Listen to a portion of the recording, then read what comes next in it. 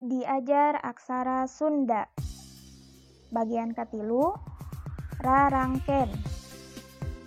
Rarangken atau lambang vokalisasi dilarapkeun pikeun ngarobah sora dina aksara ngalagenna, nambahan konsonan, boh dina aksara suara boh dina aksara ngalagenna, jeung ngaleungitkeun sora tungtung atau sora vokal dina aksara ngalagenna.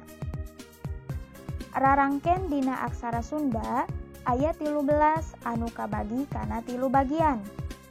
5 ditulis di luhureun aksara ngalagenna, 3 ditulis di handapeun aksara ngalagenna, 5 ditulis di gigireun aksara ngalagenna.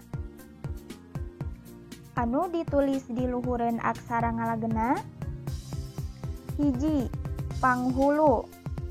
Nyaeta rarangken anu gunana pikeun ngarobah sora A jadi I, nulisna luhureun aksara ngalagenna. Contona, K jadi Ki, siki, nami, tali, mimiti. 2. Pamepet. Nyaeta rarangken anu gunana pikeun ngarobah sora A jadi E, nulisna luhureun aksara ngalagenna. Contona, K jadi Ke. Kera, sela, peta, jelema. 3. Paneuleung. Nyaeta rarangken anu gunana pikeun ngarobah sora A jadi E, nulisna luhureun aksara ngalagenna. Contona, K jadi Ke.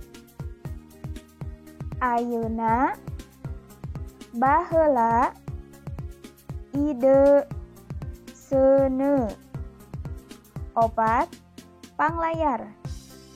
Nyaeta rarangken anu gunana pikeun nambahan sora R, nulisna di luhureun aksara ngalagenna.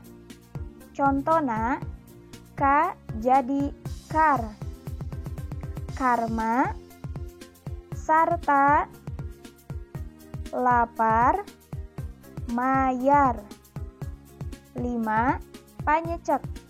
Nyaeta rarangken anu gunana pikeun nambahan sora eng, nulisna luhureun aksara ngalagenna. Contona, K jadi Kang. Akang, nyangsang, kabayang, barang.